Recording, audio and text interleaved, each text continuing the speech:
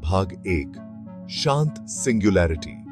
समय से पहले एक ऐसे अंधेरे की कल्पना करो जो इतना गहरा, इतना पूर्ण हो कि उसका वर्णन करना भी मुश्किल हो। न कोई रोशनी, न कोई आवाज, न ही समय और स्थान का कोई एहसास जैसा हम जानते हैं। यह है ब्रह्मांड से पहले का क्षेत्र, अस्तित्व की एक ऐसी अवस्था जिसे भौतिक विज्ञानी सिंगुलैरिटी कहते हैं। इस सिंगुलैरिटी में वो सारा पदार्थ और ऊर्जा जो एक दिन तारों, ग्रहों और आकाश गंगाओं का निर्माण करेंगे, एक असीम रूप से छोटे से बिंदु में संपीड़ित थे।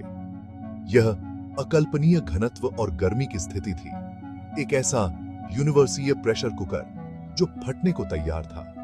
हालांकि सिंगुलैरिटी अराजकता का स्थान नहीं था, यह भौतिकी के नियमों द्वारा शासित था।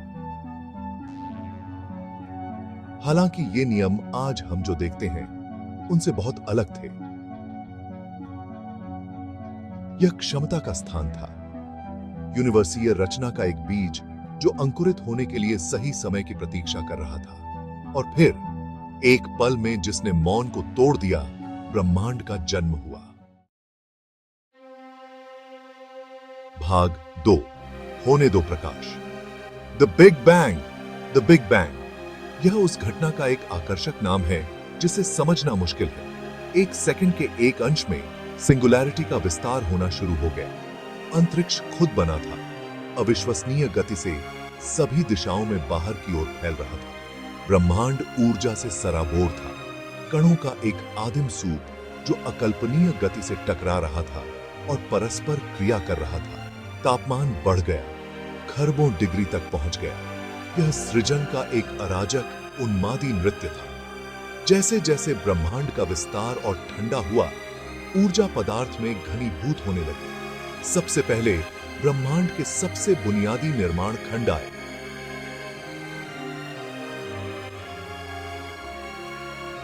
क्वार्क, लेप्टॉन और बोसॉन्स। ये कण एक दूसरे के साथ परस्पर क्रिया करते हैं, जिससे प्रोटॉन और न्यूट्रॉन बनते हैं। ब्रह्मांड अभी भी एक शत्रुतापूर्ण जगह थी, लेकिन वास्तव में असाधारण चीज के उद्भव के लिए मंच तैयार किया गया था। भाग 3, क्षितिज का विस्तार। ब्रह्मांड फैलता है। ब्रह्मांड का विस्तार निरंतर गति से जारी रहा।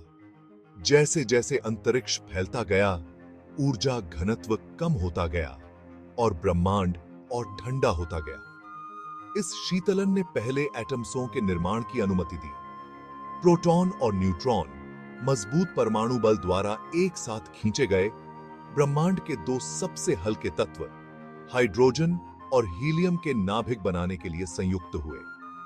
इलेक्ट्रॉन, प्रोटॉन और न्यूट्रॉन से बहुत छोटे, इन नाभिकों के चारों ओर घूमते हैं, जिससे पहले परमाणु बनते हैं। इन नवगठित एटम्सों के साथ एक विशाल, फैलते हुए कैनवास की कल्पना करो।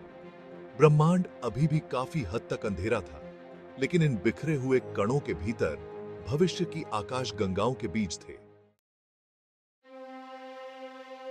भाग 4, यूनिवर्सीय वॉल्ट्स। सितारों और आकाश गंगाओं का जन्म। गुरुत्वाकर्षण ब्रह्मांड के वास्तुकार ने प्रारंभिक ब्रह्मांड के बिखरे हुए पदार्थ पर अपना प्रभाव डालना शुरू कर दिया। लाखों वर्षों में गुरुत्वाकर्षण ने एटम्सों को एक साथ खींचकर गैस और धूल के विशाल बादलों में बदल दिया। निहारिका नामक ये बादल सितारों के जन्म स्थान थे।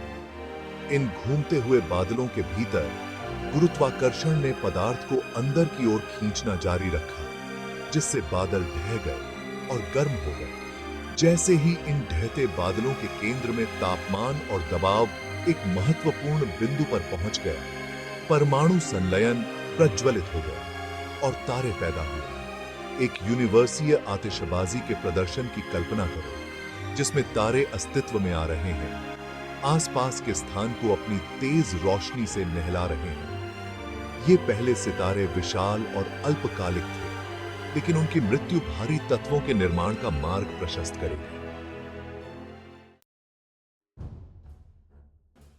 भाग 5, अंतरिक्ष के माध्यम से एक दौड़ सौर मंडल आकार लेता है। मिल्की वे आकाश गंगा के एक शांत कोने में एक निहारिका का पतन शुरू हुआ, अंततः हमारे अपने सौर मंडल को जन्म दिया। सूर्य हमारा तारा गैस और धूल की इस घूमती हुई डिस्क के केंद्र में बना है।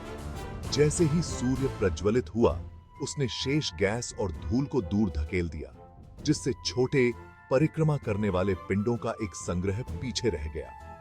गुरुत्वाकर्षण द्वारा एक साथ खींचे गए ये पिंड आपस में टकराए और आपस में जुड़ गए।